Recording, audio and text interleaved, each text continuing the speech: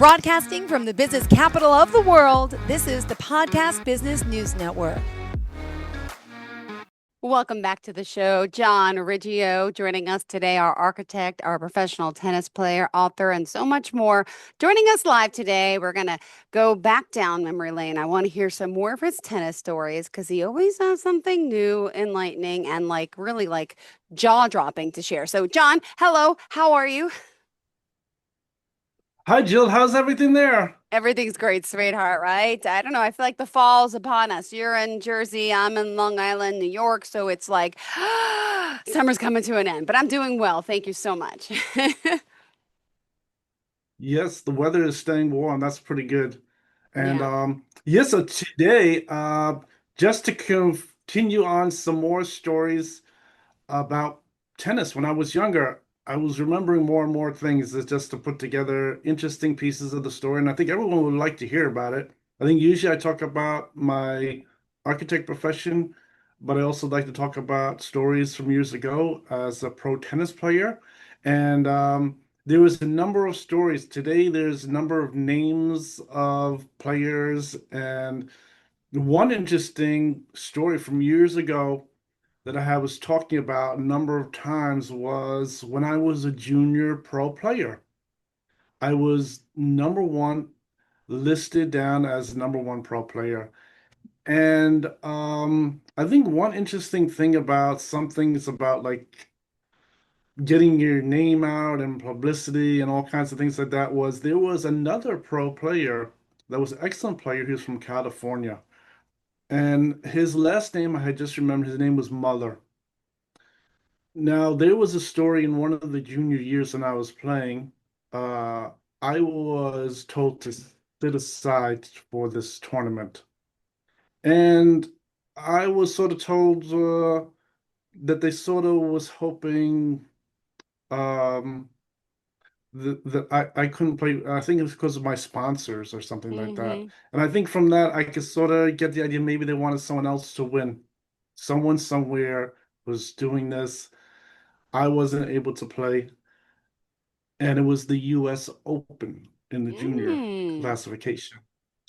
So what happened is, if they don't want me to play a tournament, I don't care. Doesn't bother me. It went through my coach. I don't have any say in it anyway. There's no way for me to just go there and sign up and play the tournament.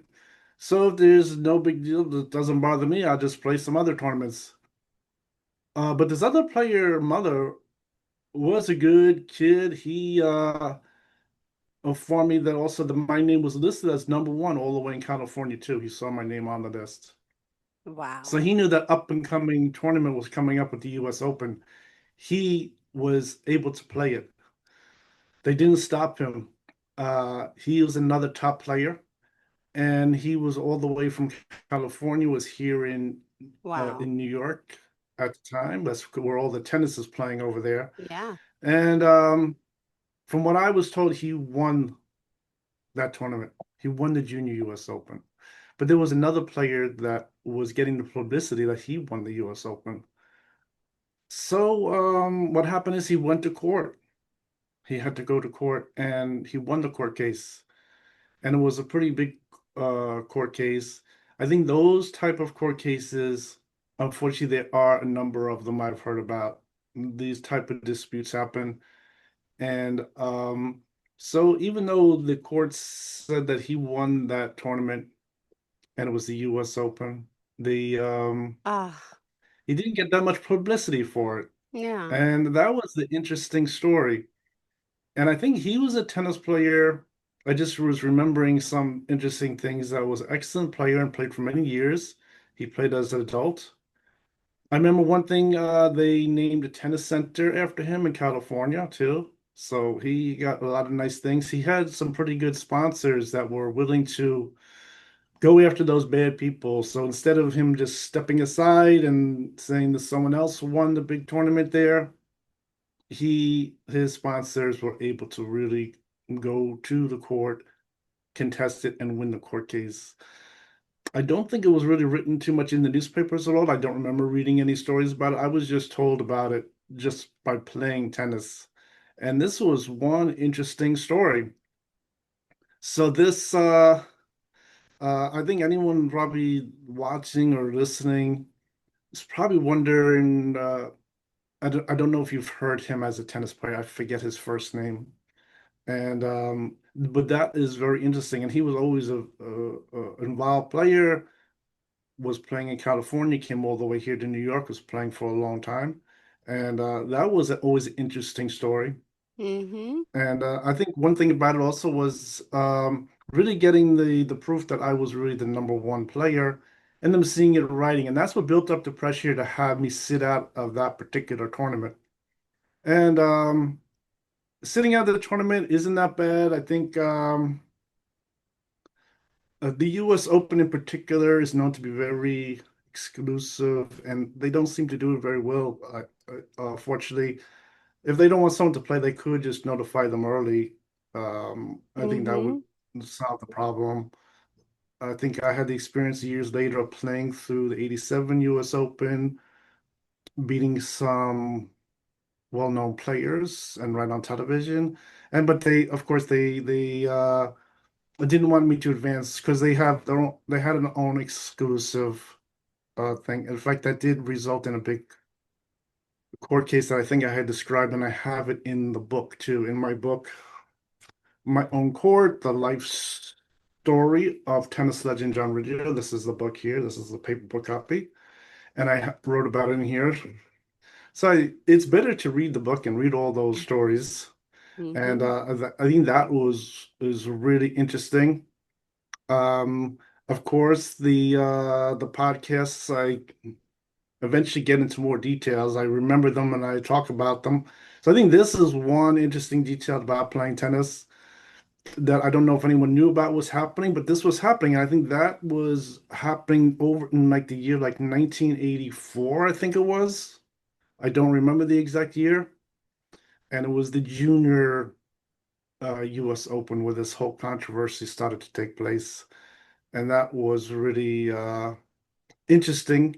And but as I was playing, I just played the next tournament. I think just them telling me to stay out of the whole tournament altogether sort of was good and didn't really build up as much a problem about it. But instead, this other player he played, and I think when he didn't step aside, and then he had to really go after him with the sponsors was probably a surprise for them. They didn't probably expect that to happen. And that was pretty big. I think that's all those are like little lessons. And I think hearing about stories like that sort of helps. Then when you go to the next tournament, if they want to do the same thing to you, of course, you would start to speak up. You talk to your sponsors, your coach, tell them what is happening. And as far as my sponsors, we always used to go after them. They always were able to bring them to court and contest it. Some things were just contested with the league and things like that. So that is really interesting. And I think going through the say chronological order from that story, I think the next thing that I was remembering was the tennis league they made for me was really called the National Tennis League. It was made for a short time. And that was during the years getting close to, it was like 1989, approximately, going around those years. And that was, of course, created by Robert Kraft, who owns the New England Patriots. He was able to put that together. And in my book, I talk about that whole thing where they created that tennis league, and it was a really popular tennis league he made because it solved a problem with the top players, the top 250 players. It is like a rotation of 250, so it's like 250 players times four or something like that. And it solved the problem with the green building over in the National Tennis Center, sort of having their own league there.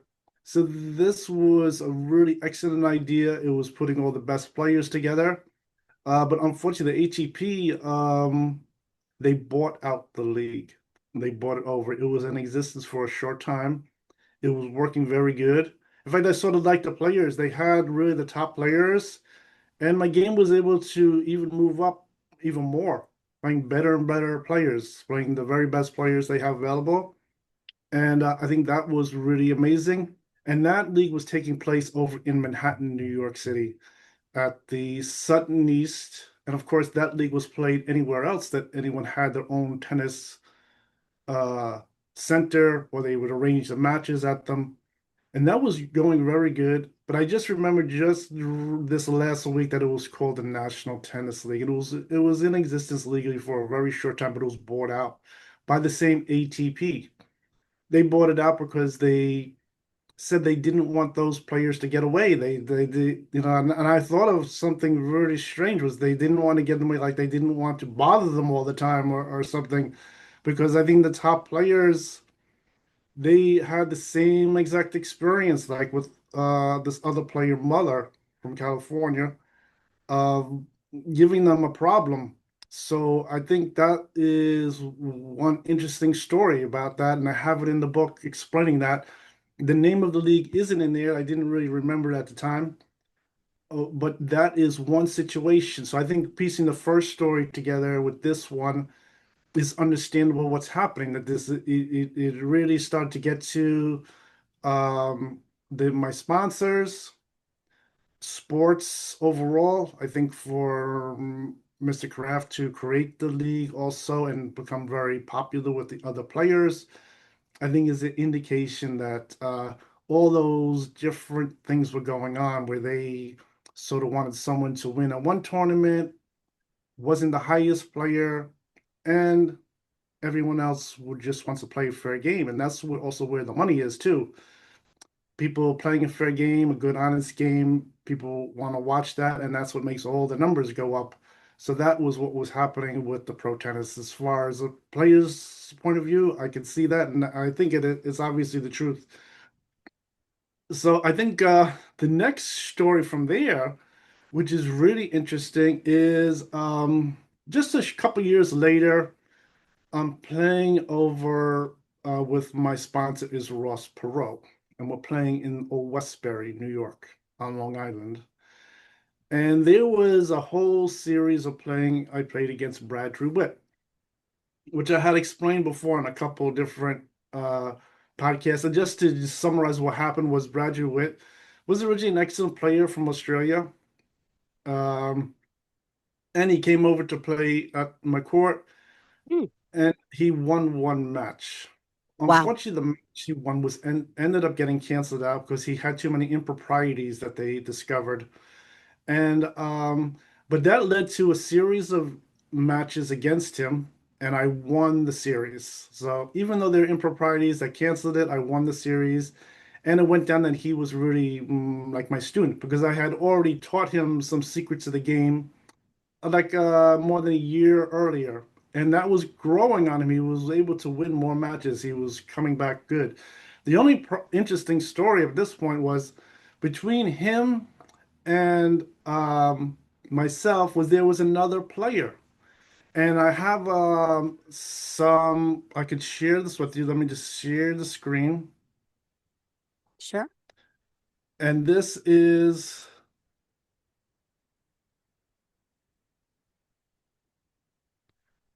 here, Todd Woodbridge is one of the players. Now, what's happening here is it says here that he was the number one double player in 1992, which is when these matches were taking place, approximately that time.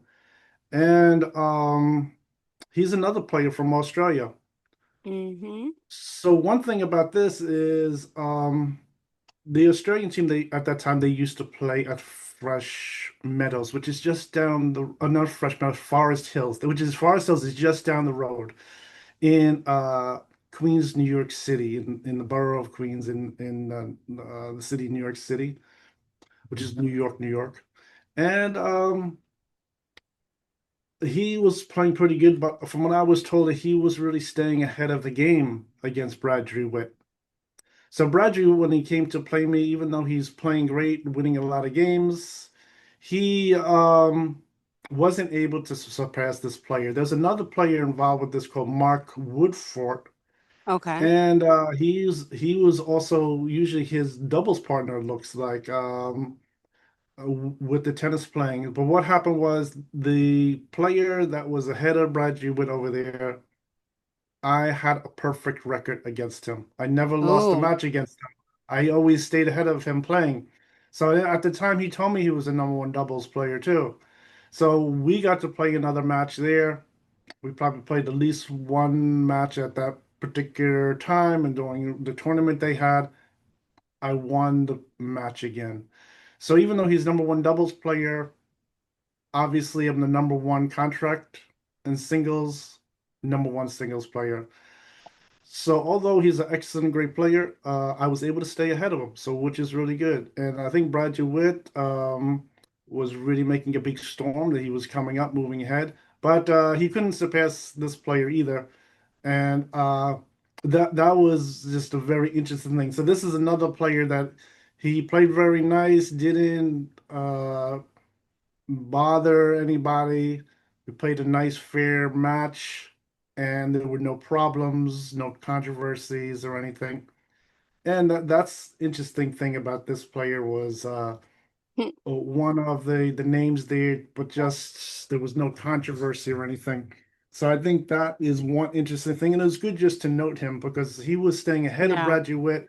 Brad Jewett told me the story that he had like a big match over there, or with everyone watching over in the Forest Hills, but this player surpassed him, Wow. and so I was able to stay ahead of this player. And I think this is just his bio going back, just showing here highest ranking in doubles was number one in 1992. And also Mr. Mark Woodford was also number one because they used to play as partners. So they were both in the number one slot for doubles. So this is really interesting. And let me just stop that there. So I Sure. think that was really a very interesting story because this sort of pieces together a number of players and things like that. I think as far as some interesting players, there was also another player um, th that I had played that he also had his following too, and I was just watching his YouTube show. He has a YouTube show. I will show that on another event because he doesn't have anything to do with this whole situation. And so there are all kinds of interesting players that I have played. I think another couple names I have remembered just from the past were these two brothers that are living in the Bronx. I have to get Mm-hmm. their name. I had it before. And I played both of those players too some years ago. So there was so many different players and interesting stories going on at the time. So I think this story, like with the doubles players, these are the number one ranked players, and they're showing it right here on their biography. So it isn't they are getting good credit. They have a nice thing where they able to get their players in there. You can see them and read them, and uh, that is pretty good. So that was very interesting. I think the story that I was talking about before with Mother from California is really interesting. I think one thing about him was sort of some things about him also that he's a top player. And the I don't know if anyone recognizes his name or have seen him on television, but he is another one that is really was playing, was had to go and really bring them to court and things like that, and was always playing, and he was had the same kind of experiences like myself, where he saw the listings, the names on the coach's piece of paper that they Yeah. had it. You could read them, and so I was getting verbal updates from different players like that, and that's how I know all these different facts. Obviously, I always used to compare the information. The information like seeing me as number one player, things like that, always matched. Then it was 100% certain. I think the things like with the court cases, with the sports, they're not always in the newspaper. Only very few of them are in the newspaper, but these kind of things are always going on. That's was very Yeah. interesting. And I heard even some things with one court case was when one player was lying, he had to pay back, him and his sponsors had to pay back 50% of the tickets in the stadium that people paid Ah, what? to Wow. watch the match. Since it was considered a fraudulent outcome of the match, they end up paying 50% of the tickets sold at the Wow. stadium there, which is really interesting. And so that I think was amazing thing that was happening there. I think one thing about the tickets with the stadiums is and the people watching it, the that was another line of income that was going on with my sponsors, separate from playing the matches. So the income coming from Hmm. the general admission, people walking over, just paying, was a completely separate line of income, which is very interesting. I think that was interesting. All those things, they didn't bother me. I mean, that was just Hmm. however they played it is what was happening. And but I think as far as the numbers were concerned, that was Yeah, interesting. It adds a little extra money to all the different things in the contract. I don't think those numbers sure were ever does. added to my contract. So whoever was coming and paying admission and things like that, obviously weren't in there. And so I think that is really interesting. So I think that was one thing that I had remembered just recently, and remembering the National Tennis League was pretty big. I had forgot about it before, and I think I remembered it because of that whole thing with like they have like the New York Mets over there in Shea Stadium in the National Tennis League. I think it's somehow I remembered it. It was just like a little mind trick to remember the name of it. I never wrote down anything about these things. They're really very interesting stories and all kinds of different facts that I was been remembering. It's just amazing. I never wrote anything down. It was unbelievable. And I think hopefully I could really try to top this off, is try to really locate some of my cards would also work pretty good. They're around someplace. Trying to find them, and I think I hopefully I could find them one day and show them on the YouTube here too. I mean, that would work out really good. Awesome. Oh my goodness, of course. Wow, John Riggio, again, you're here with our Professional of the Year pro tennis player and architect and author. And as you can hear, never a dull moment. All right, 3 more minutes left on the clock. What else do you have for us? Well, I think everything is going good. I think all those memories are coming along. My tennis club is really doing good. It's heading up. We're getting closer and closer to 1,900 people now, and I'm still teaching them and everything.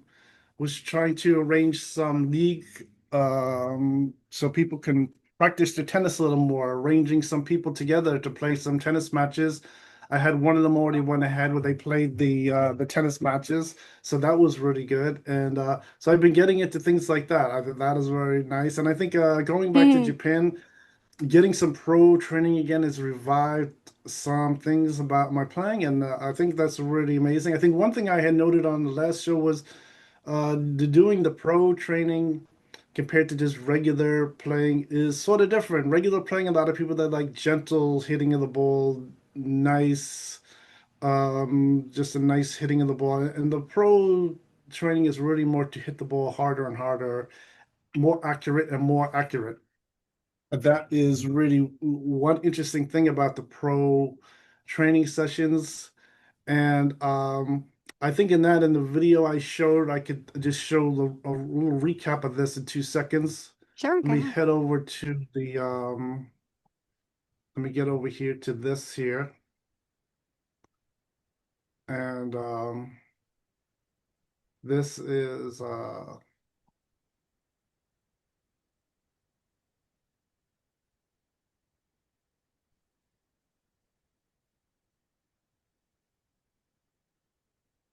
okay, let me just get the picture right online here.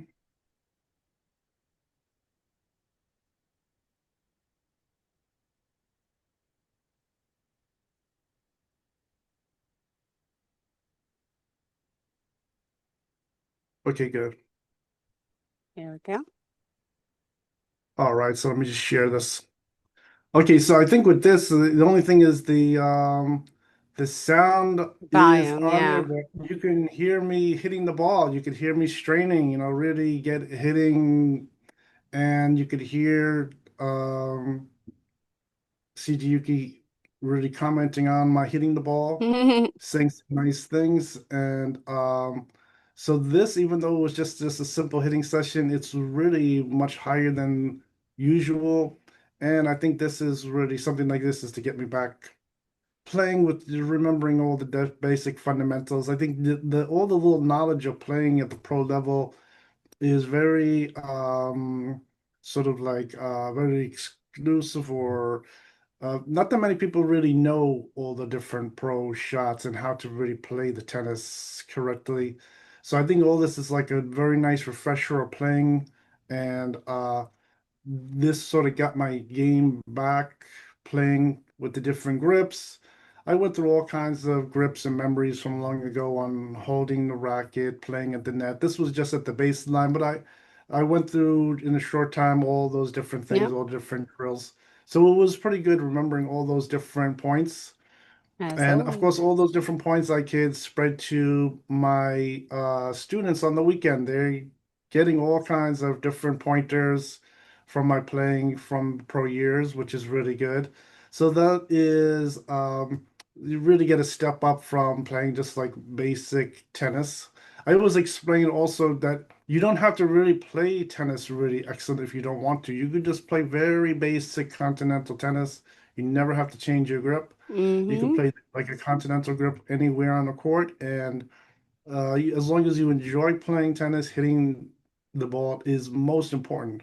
I think that's Beautiful. how my Thank you, tennis John. really started. It was enjoyable and fun to play tennis, and that's how the tennis grew. I think it's probably the same for most people. All right. Yeah.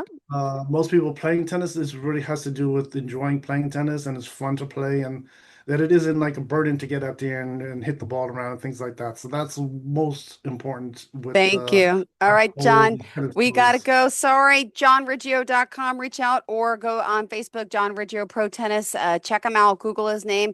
Sorry, we have to run. We'll talk again soon. Thank you for everything. Pick up a copy of his book, too.